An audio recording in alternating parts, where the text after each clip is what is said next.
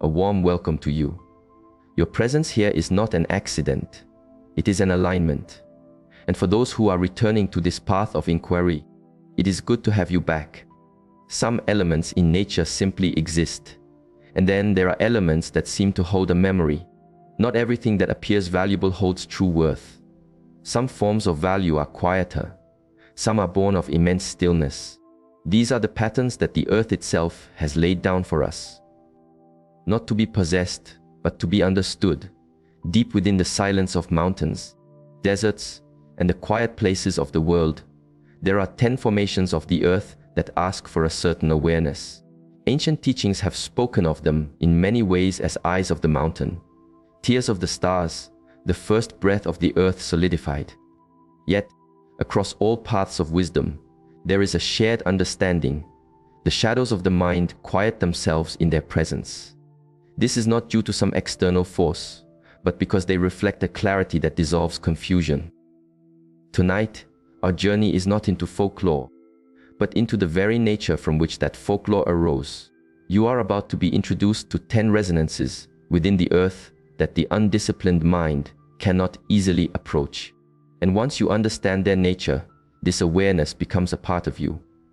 Our journey inward begins now. The first of 10 understandings, the first profound stillness. This stone does not shine to attract attention. It absorbs light to invite contemplation. If you have ever felt a disquiet just beneath the surface of your thoughts, you may already recognize its essence. Number 10, smoky quartz, the anchor of tranquility.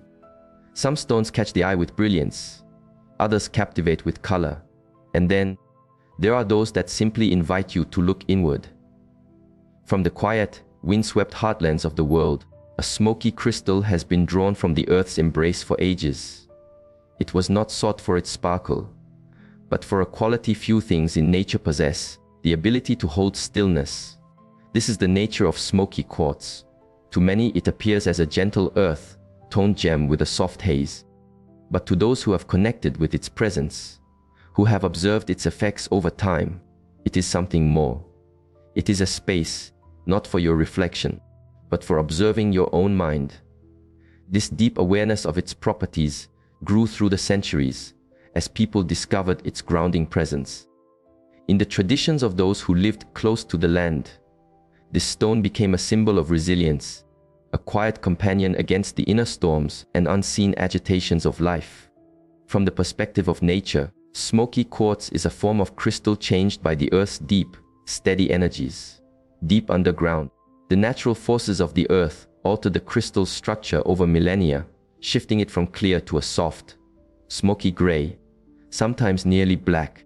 But the physical story is only an outer layer. The deeper truth is found in what people feel in its presence. Ancient protectors carried it, believing it calmed the mind before turmoil could take root in the heart.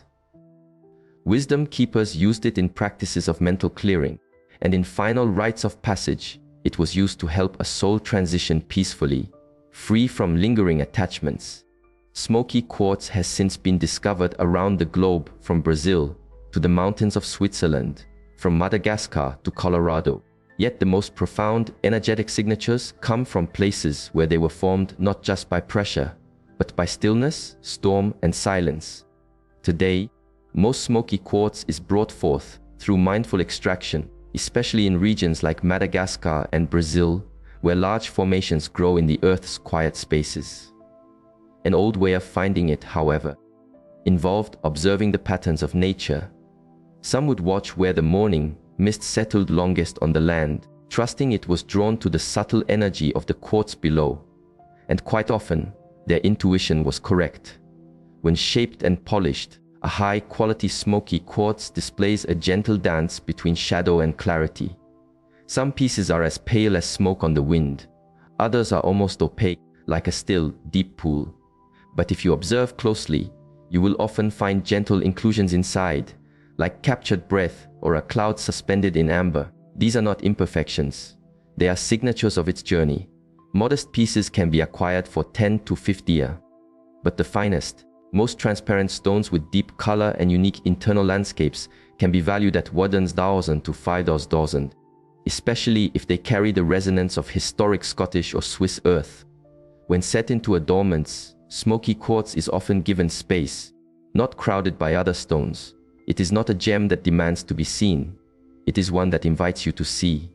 Beyond its form, smoky quartz has the ability to hold a subtle electrical charge, a property known as piezoelectricity. This can be seen as a metaphor for its nature. A stone that holds and harmonizes energy, whether emotional or from the environment. It is often used in grounding practices, especially for those navigating grief, inner wounds, or unsettled sleep. Many find that it can hold a space for your heavier emotions, so you can observe them without being consumed by them. This may be why it is said that energies of confusion recede from it. It doesn't confront them. It simply mirrors their nature back to them. And if there is one thing a restless mind or an external shadow fears, it is to be seen with calm clarity. This is not a stone of outward show. It is a stone of memory, of release, of mastering one's own inner landscape. It guards not your possessions, but your peace. In a world chasing constant brightness, smoky quartz reminds us that profound clarity is often found in the quiet shadows. And for those who become still enough to listen, it does more than offer stability. It helps us remember what we have forgotten, that not all darkness is a thing to be resisted. Some of it is simply where the light has gone to rest. If smoky quartz was the still pool, this next stone is the focused edge. Born of the earth's inner fire, cooled in silence, and containing a dance of color that speaks of other realms. It does not merely stabilize, it clarifies. Some traditions say it parts illusion. Others say it brings focus to paths that were once obscured. But it is certain that it asks for intentional hands. Number 9. Rainbow obsidian, the blade of insight. Long before other stones took the stage, there was one that was darker, more ancient, and more respected. It was not born of slow pressure, but of sudden transformation. Obsidian is volcanic glass, shaped by elemental power. But within its family, one variation stands apart for its inner glow. Rainbow obsidian, a form of darkness holding an unexpected light. Found in the high plains of central Mexico and scattered across volcanic lands in Armenia, Japan, and the western United States, this stone forms when molten earth cools very quickly, trapping microscopic layers of minerals inside. These layers bend light, producing arcs of violet, green, gold, or even crimson. It is a subtle radiance that only emerges when you hold the stone with intention. To the ancient peoples of Mexico, it was not an ornament, it was a tool. They fashioned it into implements of incredible sharpness, capable of precision. But beyond the physical, they understood it could cut through mental fog. In their sacred practices, they would gaze into polished obsidian surfaces to seek clarity and understand the nature of their own shadows. It was not a reflection of the face they were looking for, but a revelation of the mind. Unlike other stones worn for display, rainbow obsidian was often kept close, wrapped in cloth, held near the body, or placed over the heart. This was not because it was delicate, but because its work is personal. It was said to help one face the fears we do not speak of, transmuting them into a form of visible wisdom. Today, significant sources are found in Mexico's Sierra Madre Mountains and the volcanic fields near Glass Butts, Oregon. The process of gathering it is patient work. Miners look for specific flows in the rock, then carefully chip away the surrounding matrix to uncover the shimmering heart. Every piece is different. Some show their light in tight, concentric circles, others look like oil spreading across water. The effect is profound, almost alive. In contemplative practices, rainbow obsidian is known as the stone of truth. It is said to gently cut through emotional attachments, revealing hidden patterns and, more importantly, a hidden strength. Practitioners use it to release ties to past pain, old wounds, or energies that cling to one's inner space. But there is a deeper wisdom to it. Whispers in contemplative traditions suggest that disruptive energies avoid rainbow obsidian, not because of its light, but because of its clarity. It isn't a weapon of force, but of exposure. A shadow, after all, is a product of concealment. When faced with a surface that doesn't just show a reflection, but amplifies what is true. Even the deepest illusion loses its power. Jewelry made from rainbow obsidian is now finding its place among those who seek meaning. You will find it in rings shaped like shields, pendants with sacred geometry, or as focus tools for energy practitioners. While prices may range from $20 to several $100s based on size and the intensity of the color, its true measure is in its purpose, not its appearance. Where smoky quartz absorbs, rainbow obsidian illuminates. It brings what is hidden into the light. It does not protect you by building a wall. It protects you by showing you exactly what you are ready to see. And that is what a restless mind fears most. For while some stones quiet the darkness, this one holds it and transforms it into light. Some stones steady the body, others calm the mind. But this one, it holds the space in between. The space between thought and feeling, between the world you see and the world you sense. Ancient wisdom keepers called it the sky, held within stone. Travelers felt it shimmered like the feeling just before a deep insight. And those who have walked the path of intuition know its energy by feeling long before they know its name. Number 8. Labradorite, the veil of awareness. At first look, labradorite may seem simple. A dark, unassuming stone, like a river rock worn smooth by time, but shifted in the light and a transformation occurs. Colors emerge, not on the surface, but from deep inside. Hues of electric blue, deep green, shimmering gold, and vivid violet dance beneath the stone's surface, like the northern lights held in solid form. This beautiful effect is called labradorescence, a spectral light created by the way light moves through its inner layers. The light within labradorite does not simply bounce off, it enters, bends, and unfolds. It's not a reflection of you. It's a glimpse into the depth within all things. First found in its most notable form by the native peoples along the coast of Labrador, Canada, this stone was believed to contain the aurora borealis itself. Their stories say a great ancestor struck the stone, releasing some of its light to form the northern lights, while trapping the rest inside the rock forever. These people used labradorite as a guide for journeys between worlds: the physical journey, the spiritual journey, and the inner journey of the self. Today, you can find it in Madagascar, Finland, Russia, and the United States. But the most vibrant pieces still seem to carry that cool, northern fire, a light that glows with a quiet intensity. To bring forth labradorite requires patience. Miners search for unassuming boulders in specific terrains, then carefully open them, hoping to find a heart of color within. Not all stones hold this fire. The ones with deep resonance hide their flame until they are ready to be seen.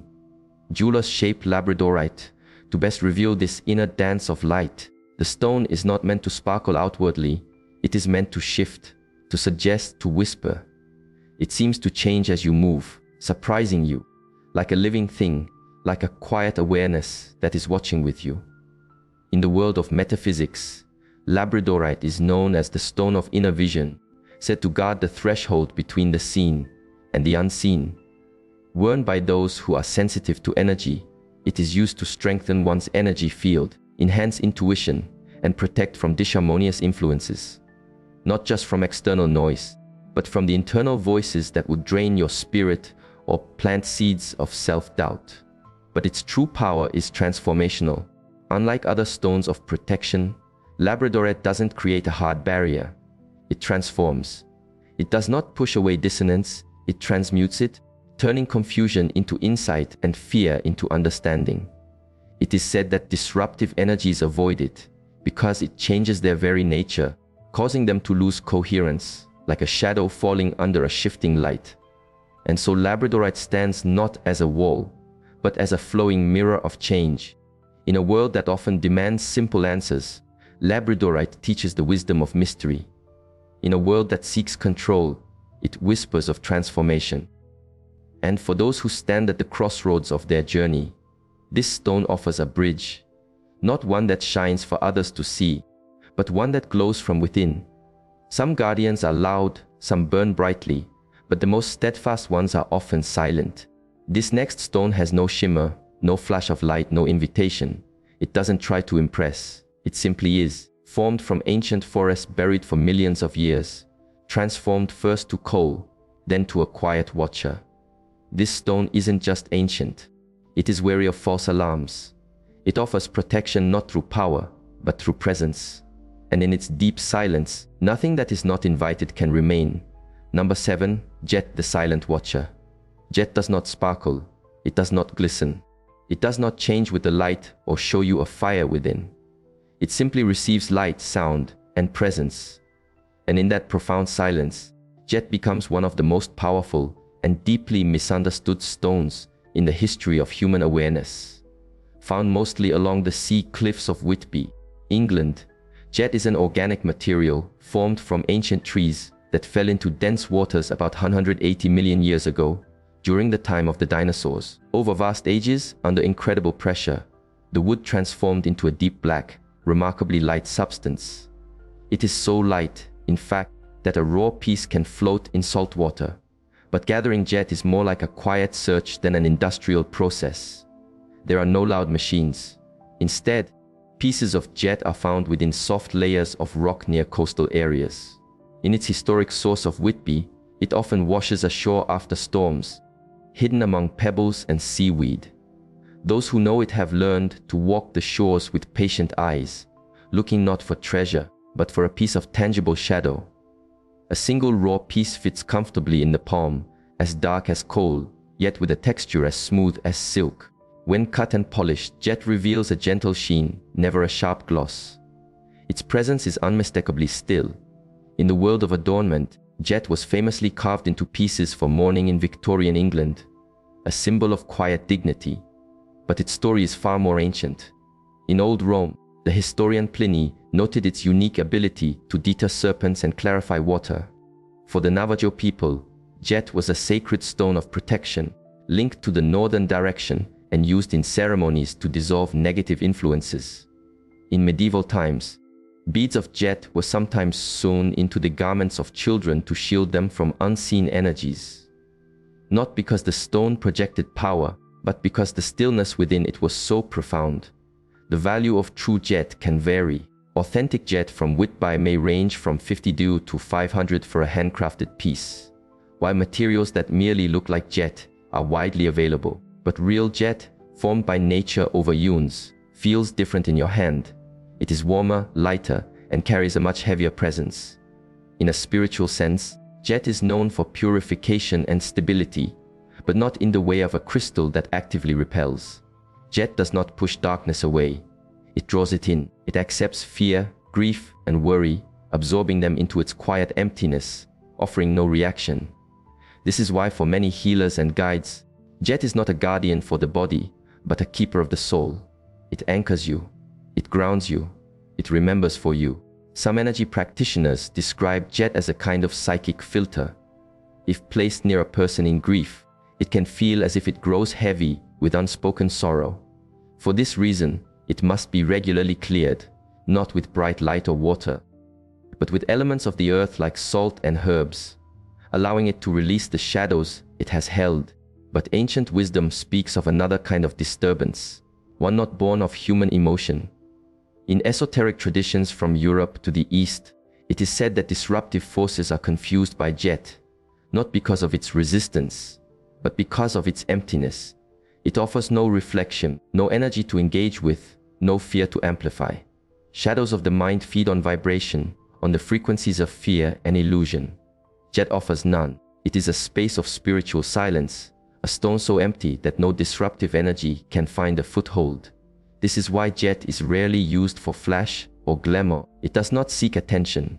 It protects by becoming spiritually invisible.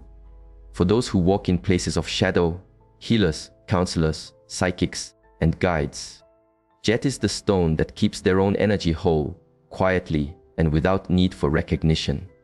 And for those who feel its history, its warmth and stillness, jet is not just a gem.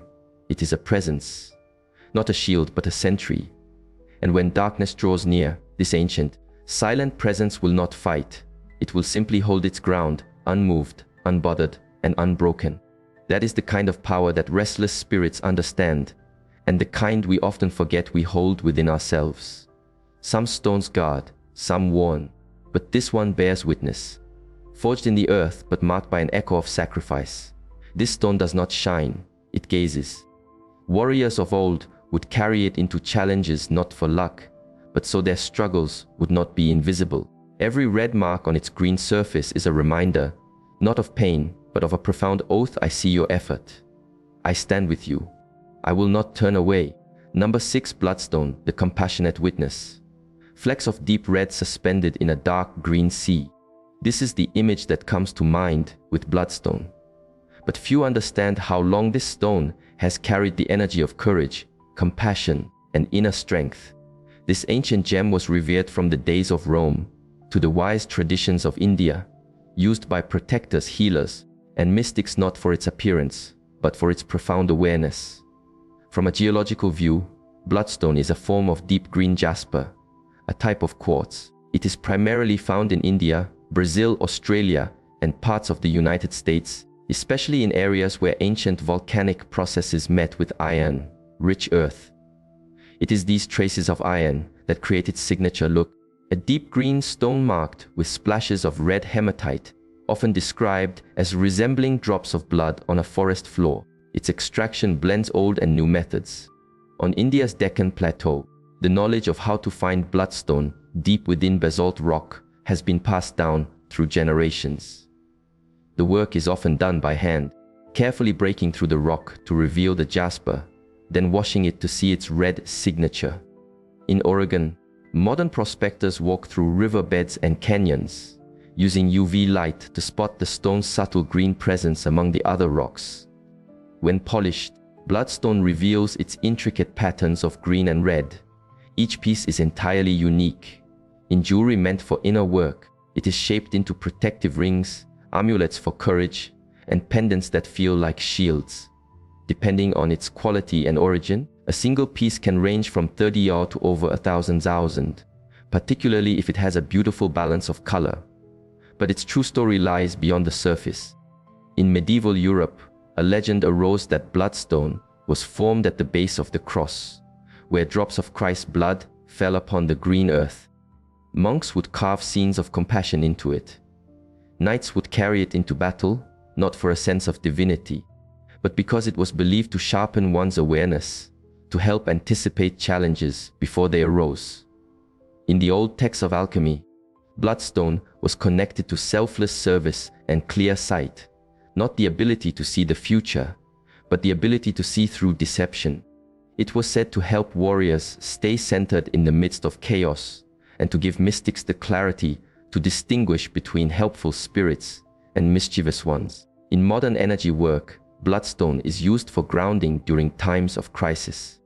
Practitioners say it creates a balancing loop between the heart's courage and the body's stability, allowing you to stay emotionally present while feeling physically secure. The red inclusions are believed to help process deep emotional wounds, especially those related to struggle or shame.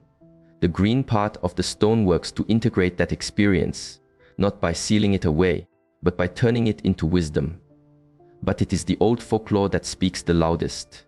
An ancient Himalayan tradition, shared only in certain contemplative circles, says that a disruptive spirit cannot look at bloodstone, not because the stone repels it, but because it reflects the spirit's own intention back at it. Not its appearance, but its motive. When held before a person in confusion, the disquiet within them will hesitate, not in fear, but as if it is caught in its own untruth. That's why bloodstone is rarely used for simple decoration. It doesn't flatter. It asks questions. It doesn't just attract light. It reveals the nature of shadow. For a healer, it represents the sacred wound. For a warrior, it is a second pair of eyes. For someone facing their fears, it is a mirror that they must choose to hold up. Because bloodstone does not speak, it waits, and when it sees what is hidden, it responds not with force, but with witness. That is what makes this stone sacred. Not its power, but its willingness to stand with you in your struggle. And that is what a lack of integrity cannot endure. You are listening to a voice that emerges from the quiet space between light and shadow. In our journey through the resonant stones that disharmony cannot touch, today we arrive at number 5, black tourmaline, the unwavering guardian. I am speaking to you now from the resonance of the Erongo Mountains in Namibia, where ancient geological forces have shaped this legendary mineral over millions of years. But black tourmaline is not only found here. You can find it in places formed by ancient magma: Brazil, Pakistan, Sri Lanka, Afghanistan, and even in parts of the United States like California and Maine. However, not all sources carry the same energy. Some of the most potent specimens come from Minas Gerais, Brazil, where volcanic activity formed deep black pillars of crystal beneath the earth, a hidden fortress of planetary energy. Bringing black tourmaline forth is not a simple matter. It doesn't appear in shiny veins like gold. These black crystals hide within coarse, grained rocks that must be carefully opened. Too much pressure and the crystal is destroyed. Too little and it remains within the earth, a silent guardian that prefers not to be disturbed. Black tourmaline often grows in long, hexagonal columns, sometimes larger than a person's hand. Its surface has vertical lines, giving it the look of an ancient, weathered tool. Its color is a profound, absolute black. It is not glossy like obsidian or reflective like onyx, but a black that absorbs light, like looking into a deep, quiet well. And there is a secret within it. In the right light, some rare pieces show deep green or blue, violet threads running through them, like frozen lightning, a whisper of the primal force held inside.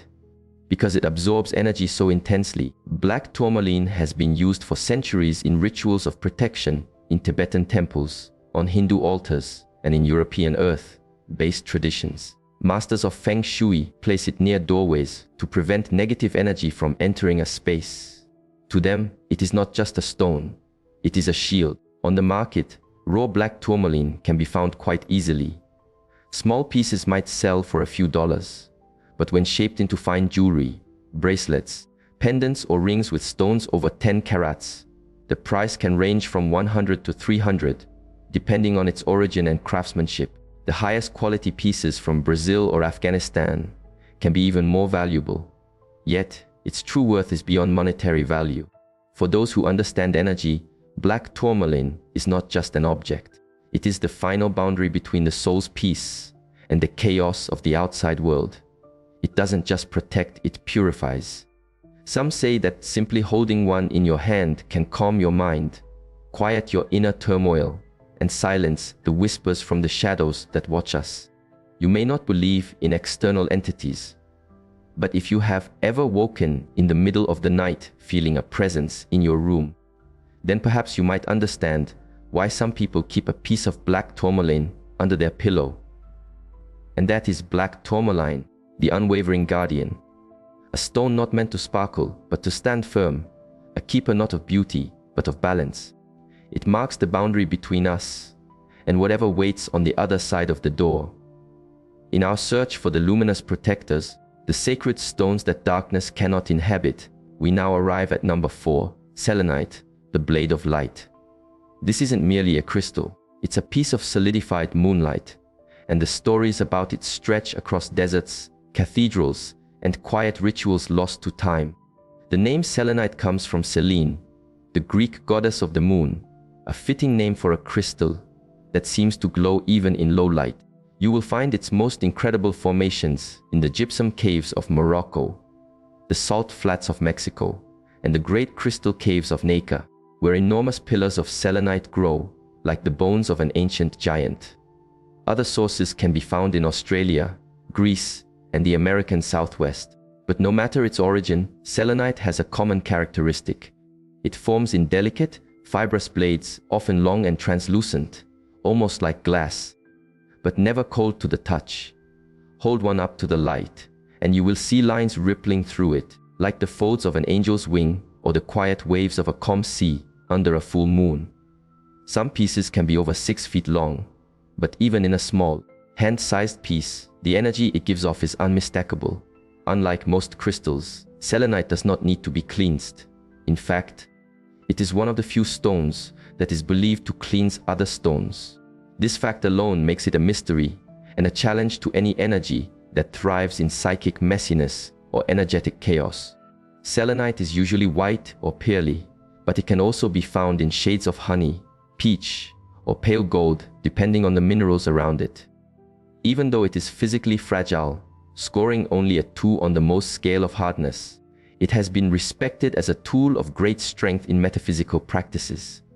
The paradox is clear: physically soft, but spiritually unbreakable.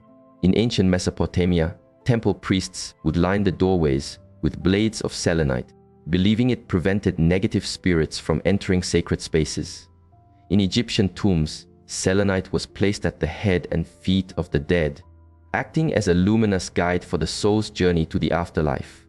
And even today, spiritual practitioners use selenite wands in energy healing, calling it the light sword that cuts through psychic parasites and old patterns of trauma.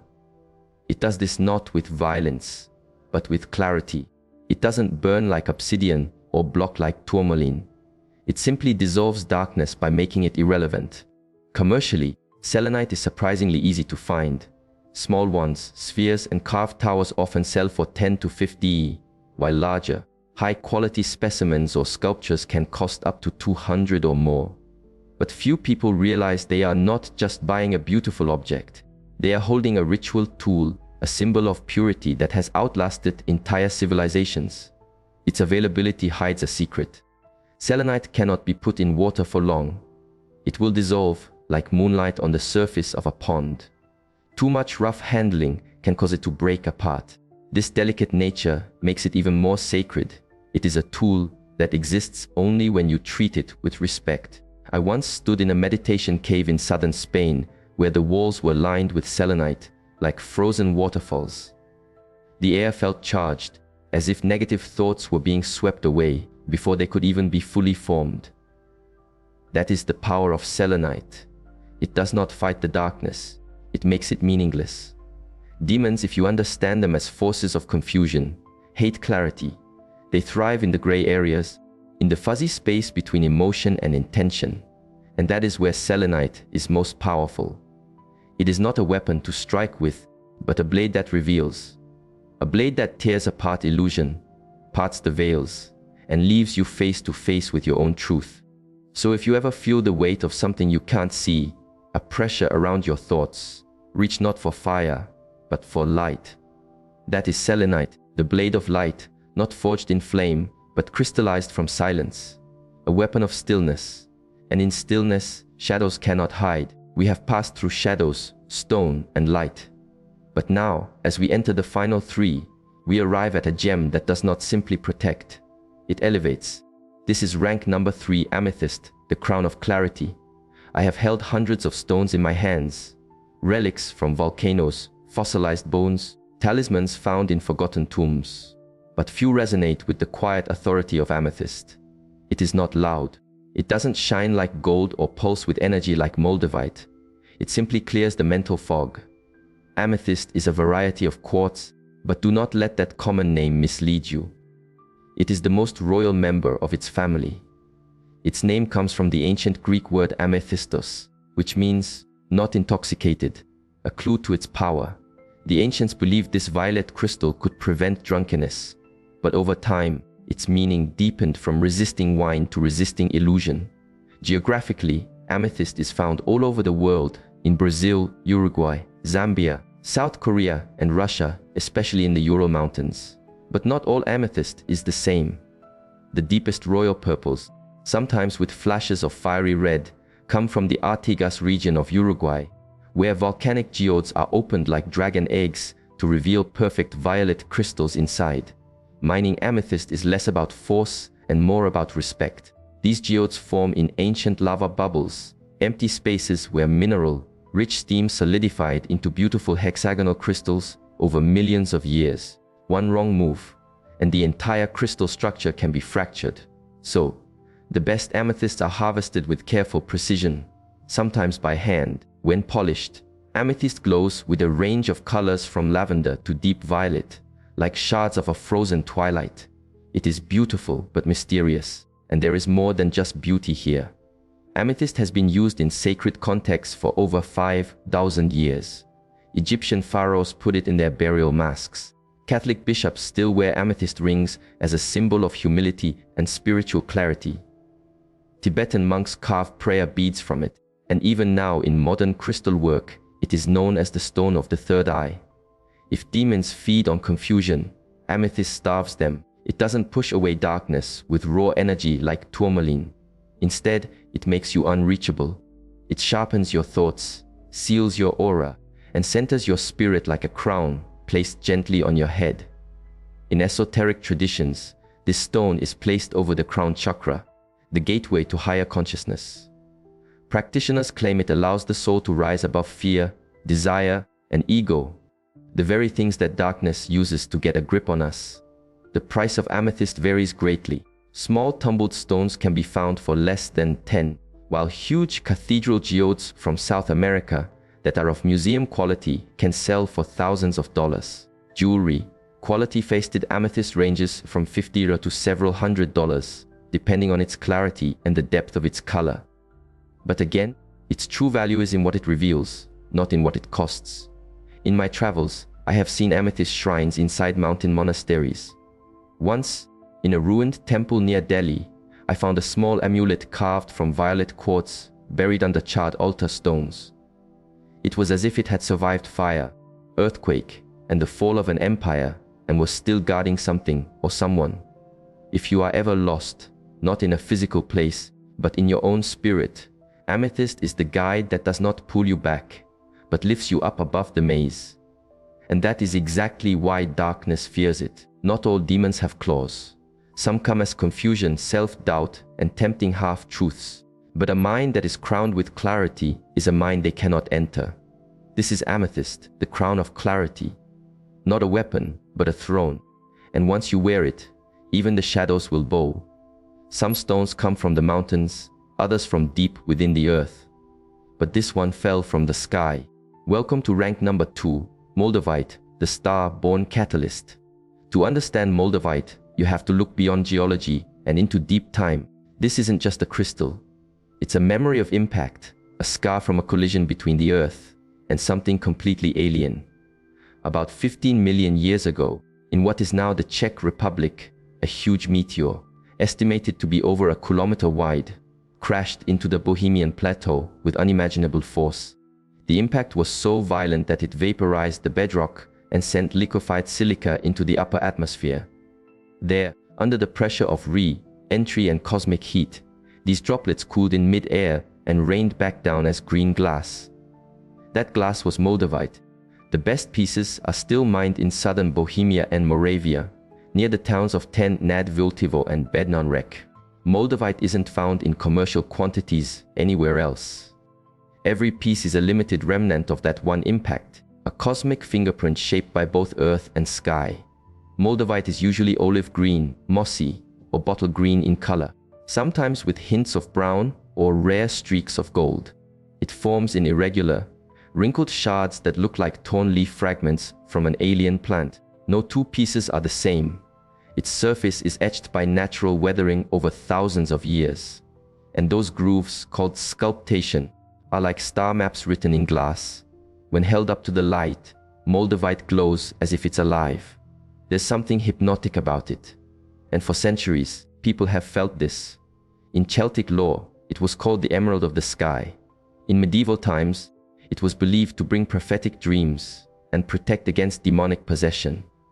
And in modern spiritual circles, it is known famously, and sometimes fearfully, as the stone of transformation. And make no mistake, Moldavite changes things quickly. Many people who wear it for the first time report what they call the Moldavite flush, a wave of heat, dizziness, or a sudden rush of emotion. This is not a gentle companion stone. It accelerates, it uproots, it brings suppressed emotions to the surface, makes your dreams more vivid, and cracks open whatever shell you have built around your inner truth. It is as if the stone remembers the impact that created it. And when you touch it, that force echoes through you. That is why the legends say that demons hate it.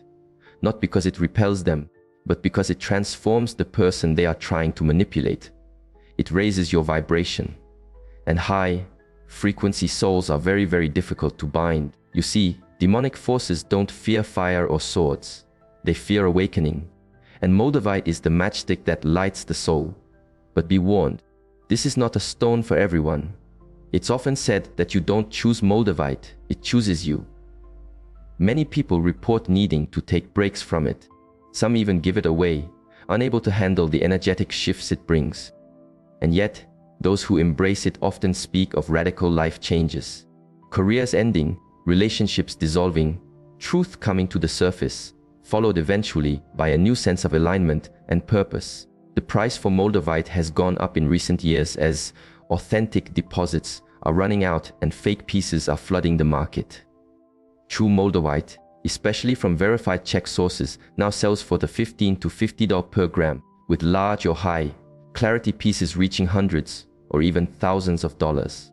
I once saw a raw piece set into a simple silver pendant on the chest of a woman in the Austrian Alps. She wasn't wearing it for beauty. She said, "It woke me up. I've never been the same." And that's moldavite. Not a shield, not a sword, but a catalyst. A falling star that, upon impact, creates something entirely new in the world and in you. Demons don't just fear moldavite because of where it came from. They fear what it awakens. Because the moment you remember who you are, who you truly are, they no longer have anything to hold on to. This is moldavite, the star-born catalyst, a stone of fire born in silence, a cosmic key, and the countdown begins the moment you touch it. We have moved through stillness, through fire, through shadow and starlight. But now, at the end of this profound journey, we arrive at the beginning of true knowing and the final gateway of protection. This is rank number 1, lapis lazuli, the eye of wisdom. Few stones in this world carry a history as ancient or as revered as this deep blue jewel of the earth. Lapis lazuli is not just a gem. It is a symbol, a language, and a doorway. And the shadows of the mind cannot endure the clarity of what it opens.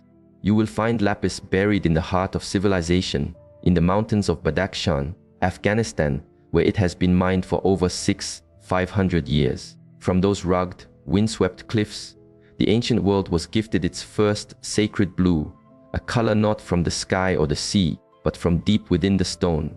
It was treasured by Sumerian priest kings, Egyptian pharaohs, Mesopotamian astronomers, and the alchemists of the Renaissance.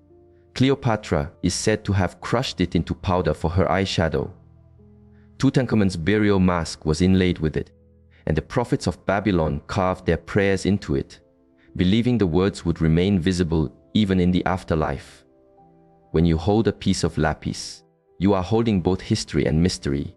Its color is unmistakable, a deep, celestial blue, sometimes with veins of white calcite or specks of shimmering pyrite, like stars scattered across a midnight sky. No synthetic color has ever truly captured it, because lapis does not just reflect light, it reflects meaning. It often forms in solid, opaque slabs or rounded stones, and when polished, it has a rich, regal smoothness. It is not glossy, but eternally dignified. This is the stone of philosophers, of seers, and of silent protectors. Across countless spiritual traditions, lapis lazuli is linked to the third eye and the throat chakras, the centers of perception and truth. It is said to awaken intuition, dismantle illusion, and grant access to inner vision. And that is precisely why a confused mind fears it. Shadows, as ancient wisdom teaches, do not always announce themselves with a roar. Sometimes they come as whispers, as subtle untruths, as illusions of the ego, as distortions of memory. But lapis is the mirror that does not blink. It simply sees, and what it sees, it reveals. Truths you have hidden, shadows you have mistaken for light, and that is the worst possible fate for any deception to be exposed. Lapis is not loud. It does not attack. It simply reveals. And pure, piercing, unavoidable revelation is the end of any lie. In many ancient rituals, priests and shamans would anoint lapis with sacred oils and press it to their foreheads, believing it opened a channel of communication with higher realms of consciousness. Even today, energy workers place it on the third eye to enter deeper states of meditation, to receive guidance, or to have lucid dreams. And for those who walk a spiritual path, it becomes a compass, an eye of wisdom, always watching and always reminding. It does not allow for corruption to hide. And for energies that thrive on secrecy, that makes lapis their most formidable adversary. The market value of lapis varies. Raw pieces can be found for 20 to 50, while high-grade, deep blue specimens from Afghanistan, especially those with rich golden pyrite and minimal calcite, can cost hundreds or even thousands of dollars. Museum quality stones, particularly those with a historical background, are essentially priceless. I once saw a piece of lapis set into the stone floor of a forgotten Zoroastrian fire temple. It was not carved, it was not marked.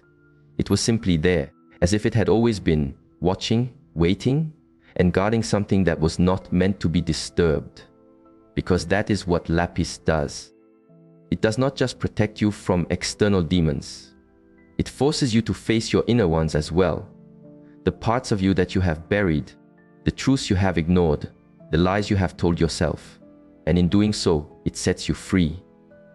So if you have ever felt lost in illusion, unsure of what is real, or drowned in the noise of the world, know this lapis will not save you.